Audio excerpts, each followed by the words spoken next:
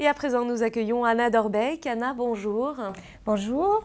Cette année verra un moment historique. Nous assistons à l'adhésion officielle de la Russie à l'Organisation mondiale du commerce, un processus qui a duré 18 ans. Alors pourquoi avoir tant tardé ?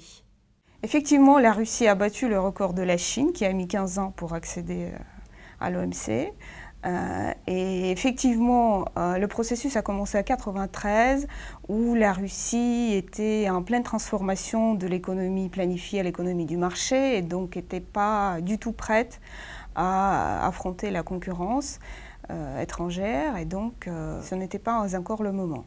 Et puis ensuite, à partir à peu près des années 2000, la Russie, compte tenu notamment de la structure de son commerce extérieur, s'est retrouvée dans une sorte de jeu à somme nulle avec les partenaires étrangers, où d'une part, les partenaires étrangers cherchaient une ouverture plus rapide et plus forte du marché russe, et d'autre part, les producteurs russes cherchaient à se protéger au maximum.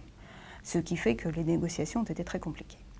Alors, quand on parle de Russie, on pense forcément aux matières premières énergétiques et qui sont effectivement les principales industries exportatrices du pays.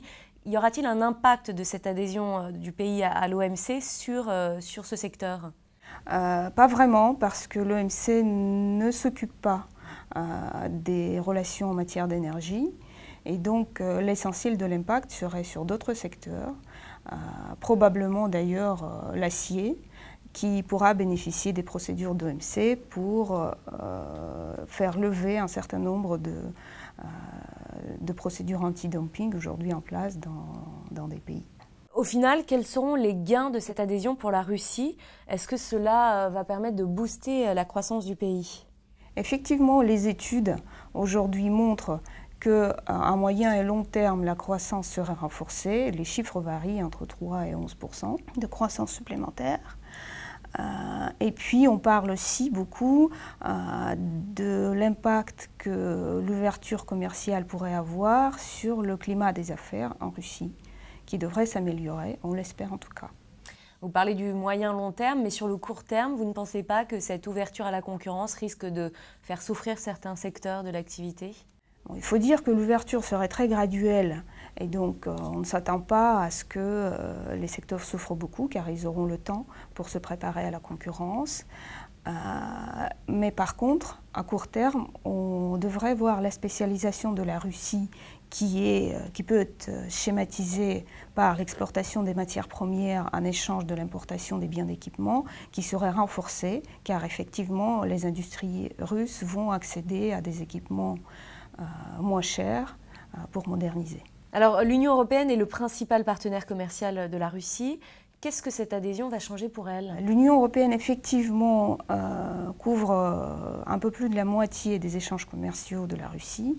Et donc, cette meilleure ouverture va être bénéfique pour les exportateurs européens, parmi lesquels il faut citer tout d'abord l'Allemagne, qui a aujourd'hui un excédent commercial vis-à-vis de la Russie et qui est le premier exportateur d'équipements en Russie et donc qui devrait avoir des conséquences positives de cette ouverture. Parmi les pays qui bénéficieront aussi de l'ouverture du marché russe, il faut citer la Chine, qui est le premier exportateur des biens de consommation. Récemment, on a pu observer la montée d'un mouvement contestataire d'une certaine partie de la population qui remet en question les résultats des dernières élections législatives. On va avoir également au mois de mars l'élection présidentielle. Est-ce que tout cela ne risque pas de mettre à mal le processus d'adhésion de la Russie à l'OMC ? Je pense que le processus est aujourd'hui bien enclenché et son aboutissement est dans l'intérêt des deux parties. D'une part, dans l'intérêt de l'OMC, car cela représente un argument de poids pour elle à l'époque où les appels de protectionnisme se multiplient un peu dans tous les pays, et d'autre part pour la Russie, qui va se voir acceptée dans la communauté du commerce international, malgré les questions sur sa politique intérieure qu'on pourrait avoir. Merci beaucoup Anna. Merci. À bientôt.